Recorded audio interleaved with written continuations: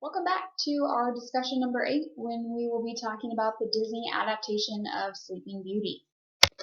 It may be helpful as we're going through this discussion and video lecture to have your optional Sleeping Beauty worksheet out if you completed that. You can add more to your notes and it also might help you formulate your response to the question below.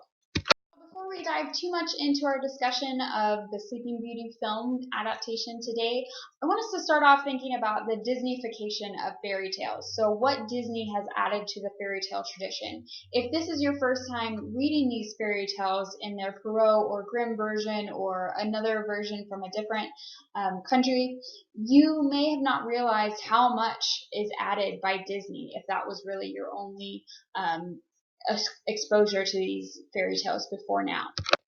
So this is a list that students in my previous class helped me create about what they felt like Disney added to the fairy tale tradition. Again, you may think that there are other things that you could add to this list, but this might be something just for you to have written down somewhere or taken note of later on to refer back to. So a lot of them talked about how there's a lot less murder and violence that you might see in a Grimm or Perrault version.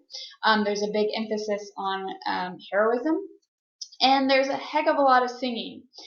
There's also enchanted animals and animal friends that can talk to each other and we can understand what they're saying. And lesser roles are more important. So rather than having a 2 or 3 page story, we have a hour and 15-minute long film. So that goes along with the second one of you that you have to stretch the story.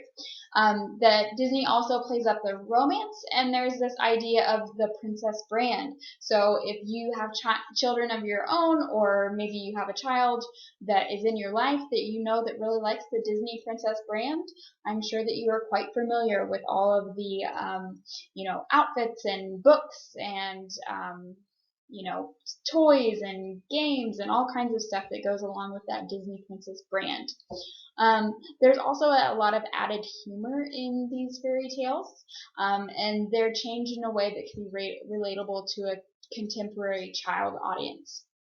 There's also a big emphasis on magic, and specifically Disney magic, and there's also this fleshing out of characters. The characters are more complex. So an example of that is Maleficent. She has a name and she has an origin. Another big thing that I want you to think about and remember is that Disney is where we get the source of the true love's first kiss. Within the Grimm version, even though we have a kiss, it's not true love's first kiss, it's just a first kiss. So Disney was where this originated, the true love's first kiss. So I want to very briefly touch on some aspects in the Disney version that align with the Perrault and Grimm, but you're going to talk much more about this in your discussion board post, so I don't want to talk about this too much. But just a couple examples. In the Perrault version, there's a focus on the dress, and that's the dress that you see Sleeping Beauty or Aurora in, and anything else that's with the Disney brand, so there's that focus on fashion.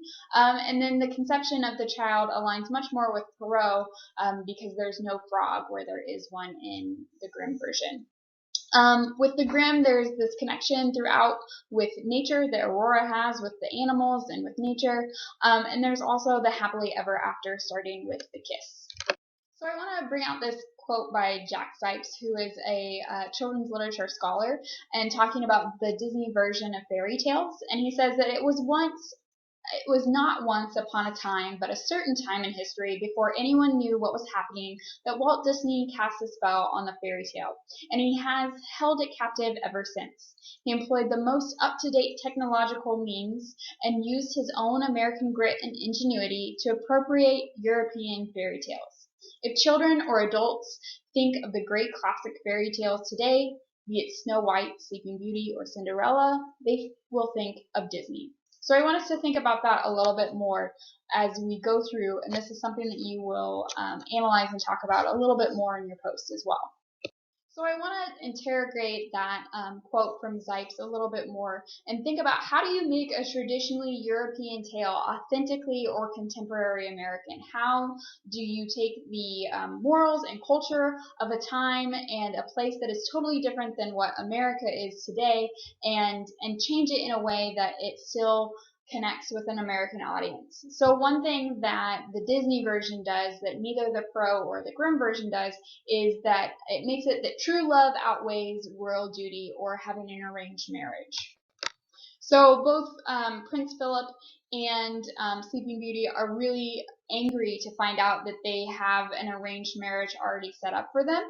And even though they're actually betrothed to each other and they haven't met each other, they have already fallen in love in the forest and, you know, want to marry the person that they love rather than somebody that they have been arranged to marry. So another way that this becomes an authentically American story is that there's this rags to riches story. So rather than staying in the castle throughout Sleeping Beauty's childhood, she's taken away into nature to almost live as an orphan and in poverty with the fairies. So rather than having this royal upbringing, she has more of this peasant upbringing.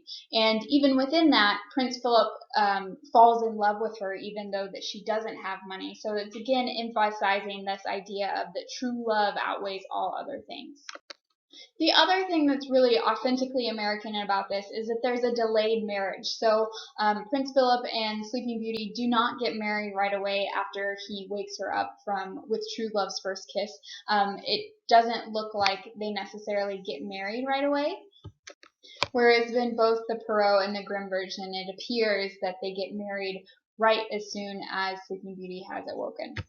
So for discussion number 8 post, I want you to identify 2 examples within Disney's Sleeping Beauty that I did not discuss in the video lecture that seem to align with the Perrault version, and 2 examples that seem to align more with the Grimm version. And I want you to make sure that you're identifying specific moments and not just vague references to the movie.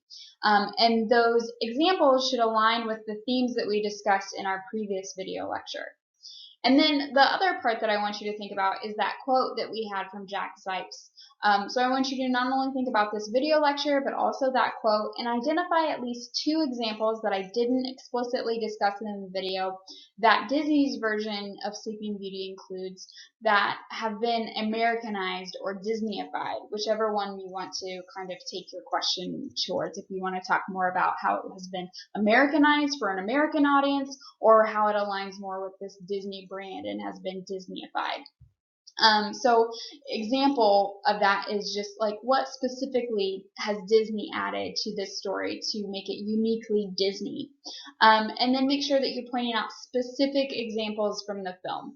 And then a bonus, if you would like to, if you're familiar with the other Disney princess films, I want you to consider in which ways this adaptation aligns with that Disney princess brand that we talked about earlier.